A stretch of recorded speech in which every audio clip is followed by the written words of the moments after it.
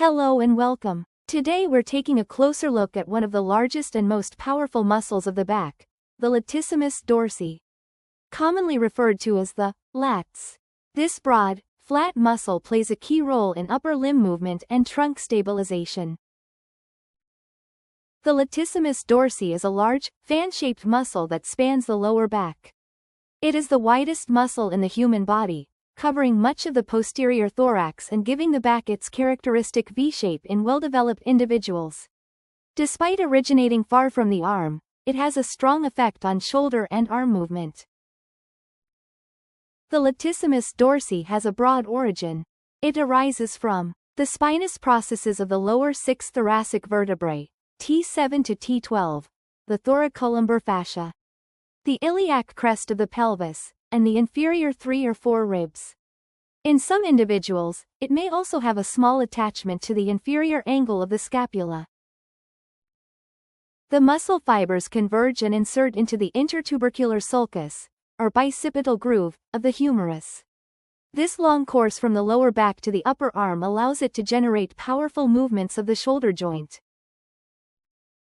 The latissimus dorsi performs several important functions.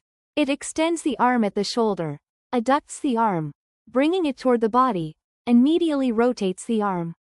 It's especially active during activities like pull-ups, swimming, rowing, and climbing, where powerful arm and shoulder movements are needed. Additionally, it assists in forced expiration by compressing the thorax when the upper limb is fixed. The primary blood supply to the latissimus dorsi comes from the thoracodorsal artery, which is a branch of the subscapular artery, itself a branch of the axillary artery.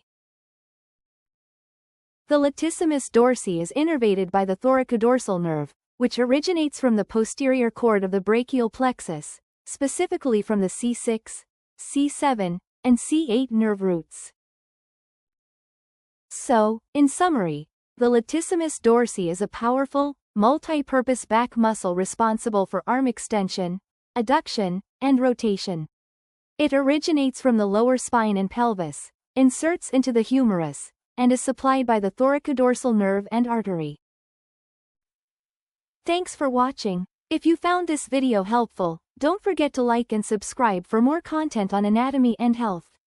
See you next time.